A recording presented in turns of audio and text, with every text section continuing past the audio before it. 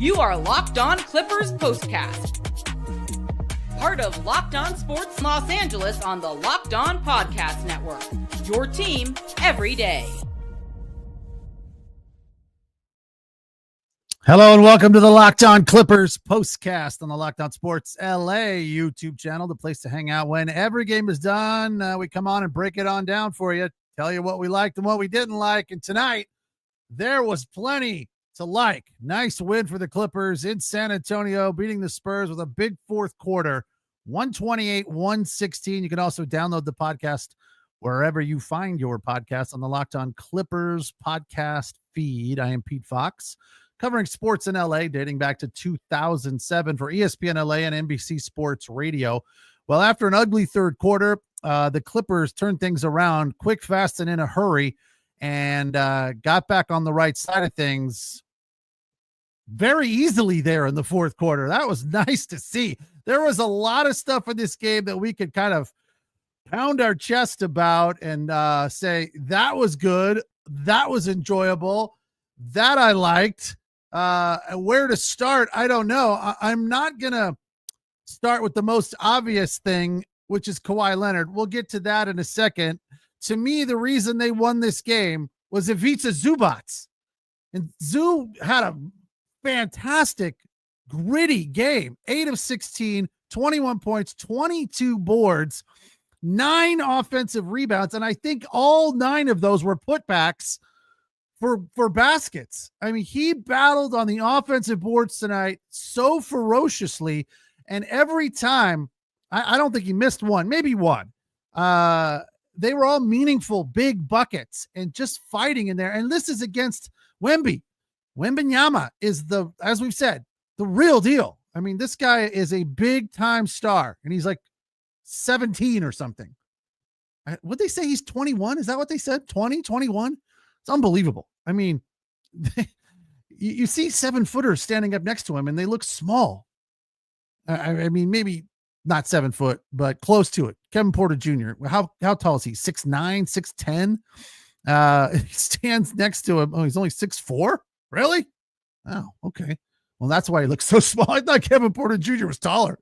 Plays taller. Another good game from him. Yeah, as you know, I'm a fan. And I still think he is the most athletic Clipper. Had a couple of big time plays tonight. 9 points off the bench, which is a nice answer to a goose egg last time out on Monday against San Antonio. But yes, the lead tonight was Kawhi Leonard playing 29 minutes, late fourth quarter minutes, 11 of 19. Of course, they had to let him be in the game at the end in a relatively close game against his former team. He's now 12-3 against the Spurs. 2 threes, 3 for 3 from the line, but 27 points, 7 assists, 6 rebounds, and 1 block. So just a big night for Kawhi Leonard. Clutch baskets. And it was obvious that the more Kawhi Leonard plays, the more minutes Ty Lue gives him. Ty Lue and his staff of coaches, that is, I don't even know how many assistants he's got, 12, 13. They've got a whole second bench there for the coaches. I always laugh when, they started hiring assistant coaches. If you watch the show I think it was on HBO about the Lakers called Winning Time, the mockumentary about the Lakers, they made a whole big deal when they hired Pat Riley as an assistant coach. They were like, what? Why do you need an assistant coach? And now they've got like 14 of them. They've got more coaches than players. And that's not even a joke. It's crazy. Anyway, the point is that the brain trust of the Clippers decided that they have a plan for Kawhi Leonard. They're going to, manage his minutes until he's back, fully back. I don't know when that is. Maybe it's tonight because he looked fantastic. He looked great 2 nights ago in Phoenix. I don't know how much more managing they need to do of his time because, and this is why I say this, the thing to me, it's becoming more obvious when Kawhi Leonard is off the floor. The more he plays, the more you can tell when he's not playing. That's when things went south in the third quarter. It's when Kawhi Leonard was on the bench. This team is just not the same team. They're just not as good without Kawhi Leonard. Nothing against James Harden, nothing against Norm Powell. But when you put Kawhi Leonard on the floor with those guys, it just takes their game to a whole new level. The pressure on those two dudes, Harden and Powell, is just not there. I saw a couple of times when James was just standing there watching Kawhi do his thing, watching Norm do his thing. Kawhi penetrated, got cut off, didn't have a good look, spun around, gave it to James Harden. Harden was like, all right, cool, I'll take a run at it. I don't remember exactly what happened on that specific play, but I just found it interesting that Harden was just kind of a spectator. And that to me was like, that's nice to see. That's comforting that Harden is not busting his ass, working off the ball, which you could argue maybe he needs to work off the ball a little bit more, but that's just not his game. Let's be honest. So it was cool that he's just standing there. Like Norm works off the ball. That's what Norm does. Although he had some nice baskets tonight, baskets. I was trying to combine baskets and buckets, and I got buskets. Norm had some nice baskets stopping and popping, and that's good to see, because I like it when Norm runs the offense and has the ball in his hands, because he's capable of that. And more often than not lately, he's penetrating off of that look. And that's another thing I like to see. The team in general just looking to push tonight. And that was huge for them. The other number that jumps off the page and just slaps you in the face, second chance points for the Clippers. 22-7. Just dominating on the offensive boards. Now they just have to create consistency with this. Monday night against the Suns, they had none of that. So it's almost like they have to step in it, look ridiculous, and have the coaches, all 14 of them, go, hey, you got to be better on the offensive boards. And guess what happens? They come out 22-7, second chance points. Points in the paint, pretty even. Not surprising when you got Wembanyama. Clippers won it though, 50-48, and the Spurs had the better stat in the fast break points, 24-14. In spite of, I thought the Clippers looking good, trying to push and run the break. But all in all, a really nice win for the Clippers, and a complete win. And by that, I mean everybody chipped in. The bench looked good. Now, I don't know that they said that the Spurs bench had dominated the Clippers. What do you got? 12, 14, 24, 25 for the Spurs. Oh, that's the Clippers bench. The Spurs bench, 18, 23, and 9 is 32. So, yeah, a much better night for the Spurs bench. It wasn't dominant, though.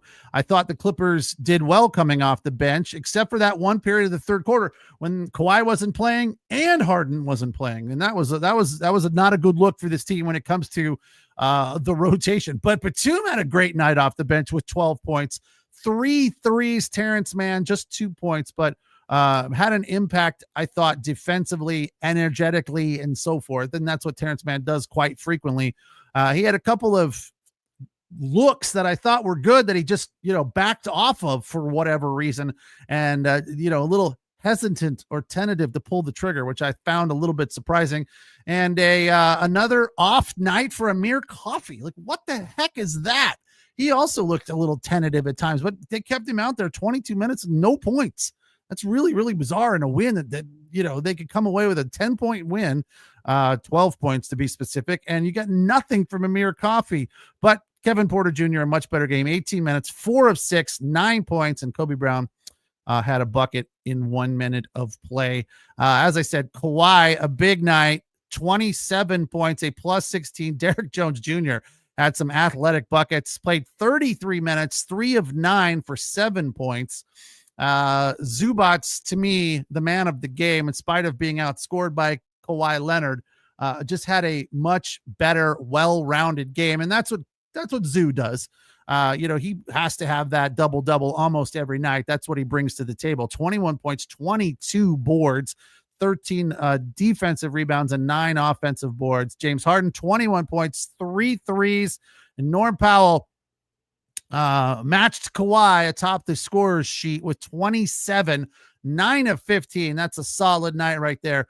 50% from beyond the arc and perfect from the line, 6 for 6, 8 rebounds, only 1 assist for Norm. He was shooting the ball tonight, and that was just fine with me. So up and down the starters roster, everyone in the plus category with the plus minus, and everyone put up fairly big numbers except for Derek Jones. So that's all good to see. There's just a couple of moments when you were like, you got to clean that up. That's got to be better. But all in all, to be able to turn it on in the fourth quarter and come from behind when you let things start to slip away, that's big. To just kind of nut up and say, hey, we're going to go out there and win this game in spite of the fact that we're stumbling right now. We're going to get back on track. And they did, and they put together some runs and meaningful times right at the end and come away with a 128-116 win against the Spurs for their 27th win of the season. They're now 27-20. It's the Locked On Clippers postcast on the Locked On Sports LA YouTube channel. Place to hang out when every game is done. We appreciate you allowing us to be your source for your team every day. Tonight's episode of the Locked On Clippers postcast brought to you by Game Time. Game Time has a new feature called Game Time Picks that makes getting tickets for events even easier. Filters out the fluff to show you only incredible deals on great seats, so you don't have to waste time searching through thousands of tickets. The NFL playoffs just about over. The Super Bowl is coming up, not this weekend, but next. And obviously the NBA season is rolling along, as is the NHL season, and the playoffs for those leagues will be here before you know it. And obviously getting tickets to playoff games is an exciting time to make memories with the family. I remember taking my mom a few years ago to the Dodgers' first postseason game a couple years ago when they lost to the Padres in that series. They only won one game in that series, and that was the first game, and we happened to be there, and it was a cool experience. And I did get my tickets on Game Time. So I found the best deal that was available there, and it worked out great for a very, very cool night. We brought my wife's granddaughter and our daughter, and my wife came along, and it was just a good experience. And it was all thanks in large part to Game Time and the fantastic deals. One of the cool things I love about Game Time is views from the seat. We got tickets kind of up high in the reserve area of Dodger Stadium, but was able to find tickets close enough to home plate that weren't that high, that were still a nice bargain, nice deal. I was looking up just recently, Ducks tickets coming up here, their next home game, $30 on Game Time. Kings tickets a little bit more for their next game at $40. So that's still a bargain too. So take the guesswork out of buying tickets with Game Time. Download the Game Time app, create an account, use the code LOCKEDONNBA. That's LOCKEDON NBA for $20 off your first purchase. Download Game Time today. Last minute tickets, lowest prices guaranteed. All right, Clippers with a really pretty 128-116 win over the Spurs in San Antonio. Last time out against the Spurs, they did not look good. They beat the Spurs early in the season. They've dominated the Spurs of late, but last time out, they did not play well, and it was kind of ugly, and Wembanyama had his way. But the Clippers tonight took advantage of Wembanyama on the bench. About 2 or 3 minutes to go in the first, he was getting a little bit of a rest there, and the Clippers had a nice little run, but kind of fell apart. This is a little bit of the black eye, if you will.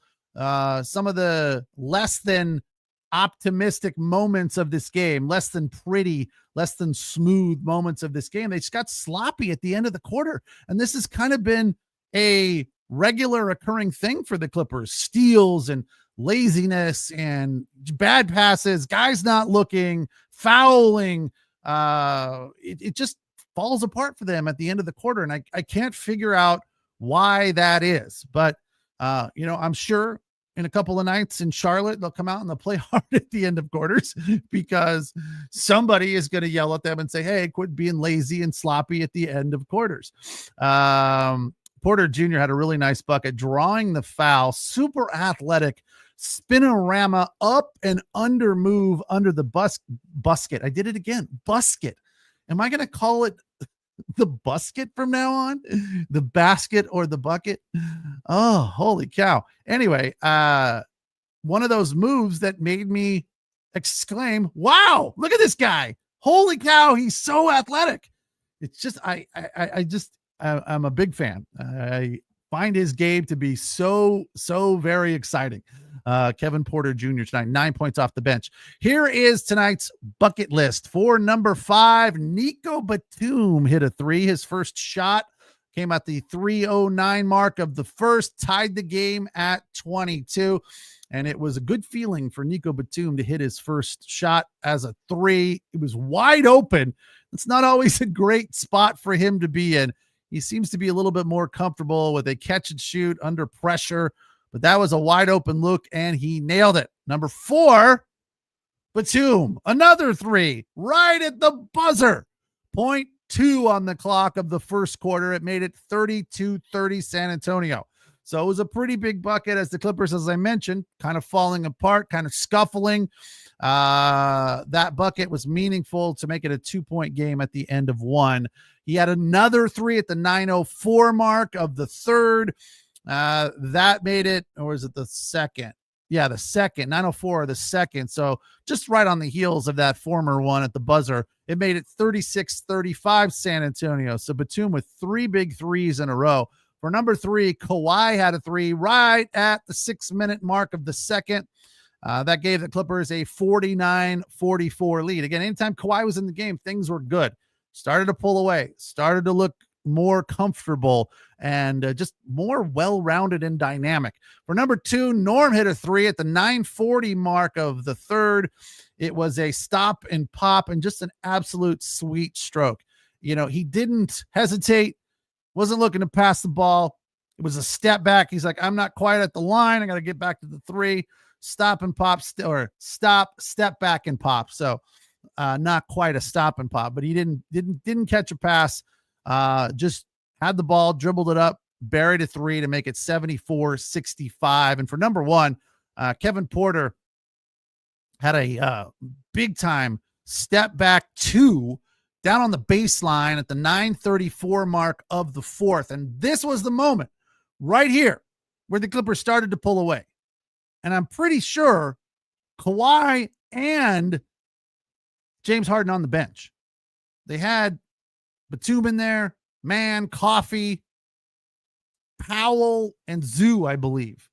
So to not have Kawhi and Harden on the floor at the same time, and you start to create distance, you start to pull away and go on to a comfortable 12-point win. Big, huge bucket from Kevin Porter. And he had another one just right before that. Just a sweet stroke, man. When he hits that fadeaway from the baseline or from the free throw line extended, which is, you know, kind of his comfortable spot at the elbow. He likes that spot as well.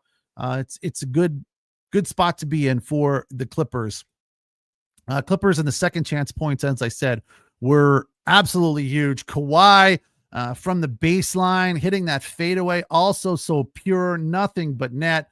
Derek Jones, as I mentioned, only 9 points, but played some very, very intense D, and that was nice to see. We'll talk about one of his memorable moments from this game that had nothing to do with scoring. It's the Locked On Clippers postcast on the Locked On Sports LA YouTube channel, the place to hang out when every game is done. You can download the feed or the podcast wherever you find your podcasts on the Locked On Clippers podcast feed.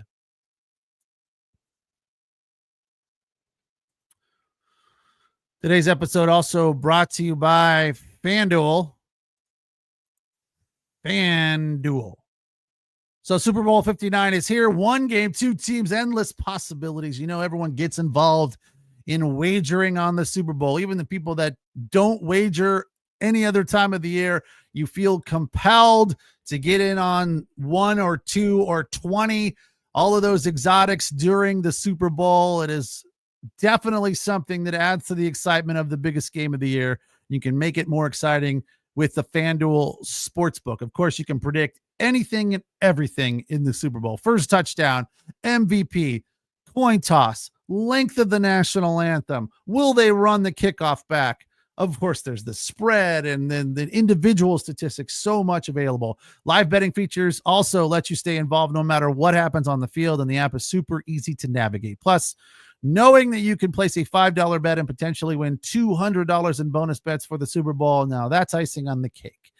Download the app, head to FanDuel.com to get started, bet $5, and you can, if you win your first bet, you'll score $200 in bonus bets. It's FanDuel.com.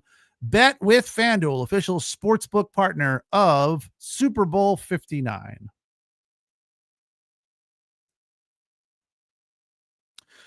Clippers win by 12 tonight in San Antonio. In spite of a really nice game, we haven't even talked about what Wembanyama did, what the Spurs did. They played well, gritty, tenacious, hard-fought game for them. So it's kind of a tough loss for them. Wembanyama, 35 minutes, 23 points, had 3 threes. I felt like 5. It felt like he just, every time he fired one up from downtown, it was good.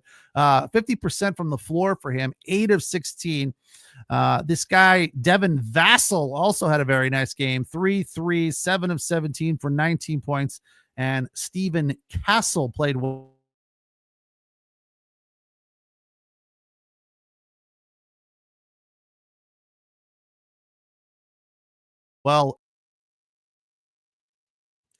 Back to Derek Jones and his night on the floor defensively. He had 9 points, but played very, very aggressively on defense. There was one specific effort that was worth notating, that he was chasing whoever had the ball, and maybe it was Vassell because he had the ball a lot in the second quarter and played with intensity. I mean, he's part of the reason the Spurs were in this game, a major part, because he was playing with a lot of intensity, a lot of energy, and it just spread throughout his team. Castle also had a nice game. I feel like it was one of those guys. But anyway, Derek Jones was hounding whoever had the ball. And I believe they took a shot and it missed, and it was a rebound opportunity that was going out of bounds. And Derek Jones extends for the ball, turns around and fires it all the way back to the top of the key. And I believe Harden was there waiting, and he kept the ball alive.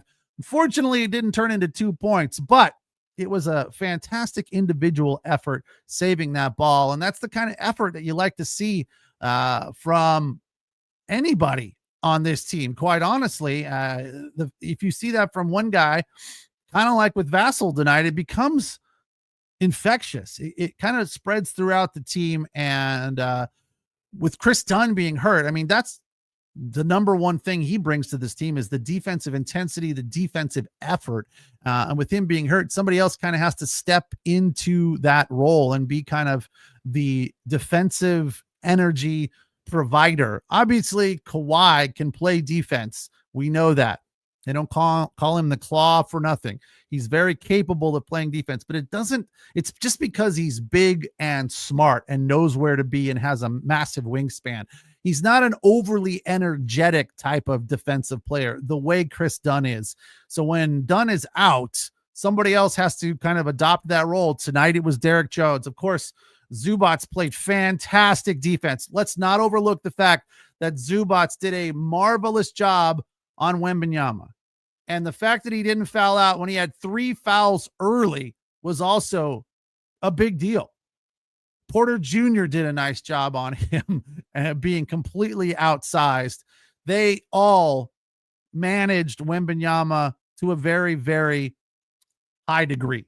I thought it went very well handling him because that guy is just he's a tough defender. He's a tough defender. He's a tough offensive player. Everything about Wembanyama is challenging. And as I said, when he wasn't on the floor, Clips took advantage of that, and it was late in the first quarter. And anytime he was resting, I think the Clips had a much better go of it. But when he was in the game and doing his job, I thought the Clippers hung in there and handled him to the best of their ability. Harden had a tough bucket, and many of them right at the end of the first quarter. it also felt like quite frequently that he was getting fouled and they just weren't calling it. Of course, there were a couple where he did his best to try to overemphasize that he was fouled, shooting the three, the Harden move and then falling to the ground. They didn't fall for that tonight at all. He ended up 4 of 7 from the line. So not a big night at the free throw line for him or any of the Clippers, really. Norm Powell there 6 times, Zoo 5, and Kawhi 3. All in all, Clippers were 87% from the line, 20 of 23. But yeah, there was a few times when I was like, remember that sequence when this was in the third, when the Spurs went on the run and Wembanyama was running the floor as the point guard on a couple of possessions and stop and pop from the 3-point line and hitting the three, blocking shots. He had 3 block shots on the score sheet, but I'm like, at least 1 or 2 of those look to be fouls to me. So I was like, blocking shots or fouling the Clippers. I don't know. Zubac definitely did not appreciate that sequence because he was the recipient of the block on one of them for sure and thought he was fouled. And I agreed with him. At least 1 of those 3 block shots to me looked like a foul. What is this thing I wrote here? Clips averaging 20 per fast break. 20 per game on the fast break for the Clippers in the month of January, which is second in the league. And again, tonight, just 14. So not quite up to that average. But yeah, as I said early on in the show, I really felt like they were trying to. They were doing their best to push. And that was a nice look for them. So in addition to playing D at the perimeter, I haven't tonight at all groused about the Clippers not guarding the perimeter because they did a pretty nice job of it. It wasn't fantastic. The Spurs shot 33% from beyond the arc, which is, again, on the lower side. It's not a great number. They made some threes, 14 in all on 42 looks. They finished 48% from the floor. So I thought the Clippers did a nice job of closing out and making those looks tough. Nobody got really, really hot from beyond the arc. Yeah, there were some big threes. Harrison Barnes had 3. Wembanyama had 3. Vassell had 3. Vassell and Castle. Sounds like a wacky morning radio show. He had 2, and off the bench, just 2 threes total. So all in all, you can feel good about the way the Clippers played D around the perimeter and took advantage of a team that plays hard, fights hard, scrappy, but not going in the right direction. They've lost 8 of their last 10.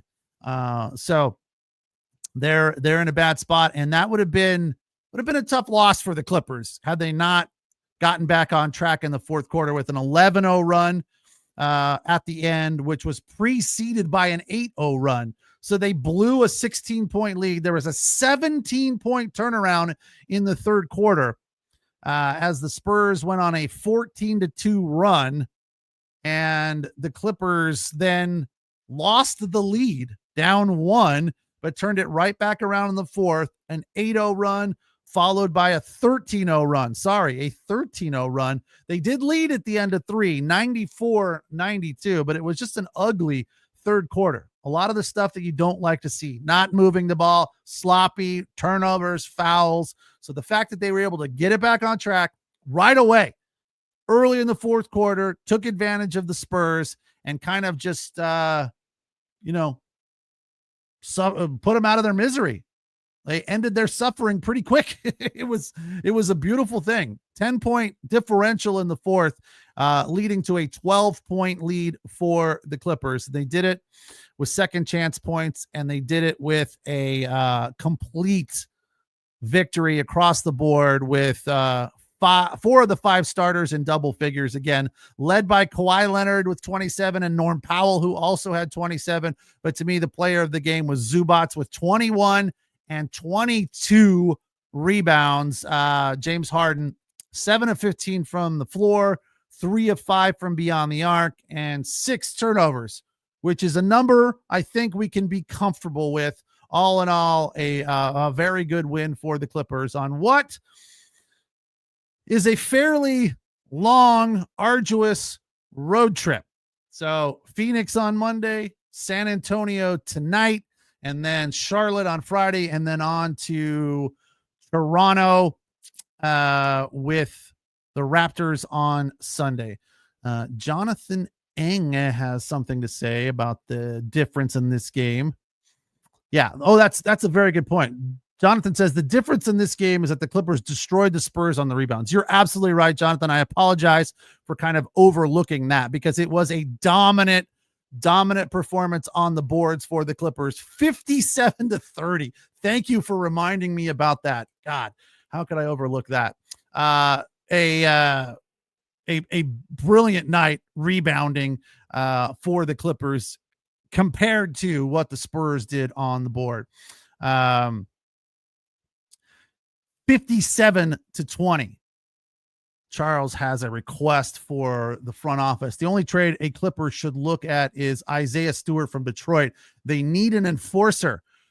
That's also a very good point. Thank you, Charles. I would agree. They don't have that guy. I mean, Zoo is becoming that guy a little bit more, but it's definitely not Mo Bamba when Zoo's on the bench. Yeah, they don't really have a guy that can really bang in there the way they did last year. So with Daniel Tice could come off the bench and bang. They don't have that guy. Zoo, not that guy all the time. He's capable, but it's not his game. Like he's more of a finesse big man in the paint. And I would be okay with that. One more thing from Jonathan, and we'll wrap this up. Says there was only one play where Harden saved the ball going out of bounds on the sideline, passed to Terrence Mann. The ball on the replay went off of Terrence Mann, but the refs said Clippers ball. That is correct. I was talking about Derek Jones saving the ball, which is a fantastic play in this win for the Clippers. One more. Jonathan, where have you been? Like, lots to say. You should join the program more often, Jonathan. We like this. We like the interaction and the feedback and the comments. So make sure you become a subscriber. The Clippers need a backup 5. That Bamba didn't see the floor tonight was damning. Yeah, I agree. Great point. Charles made it. I don't know if Charles and Jonathan are friends, but you guys need to come back more. I like the insight. Well done. That's going to do it for us tonight here on the Locked On Clippers postcast on the Locked On Sports LA YouTube channel, the place to hang out when every game is done. Clippers win it 128-116 over the Spurs in San Antonio and improve to 27-20. We'll be back at it on Friday after the Clippers take on the Hornets in Charlotte. I'm Pete Fox. Thanks for watching. Thanks for listening. Thanks for the comments. Have a good night. We'll talk to you on Friday.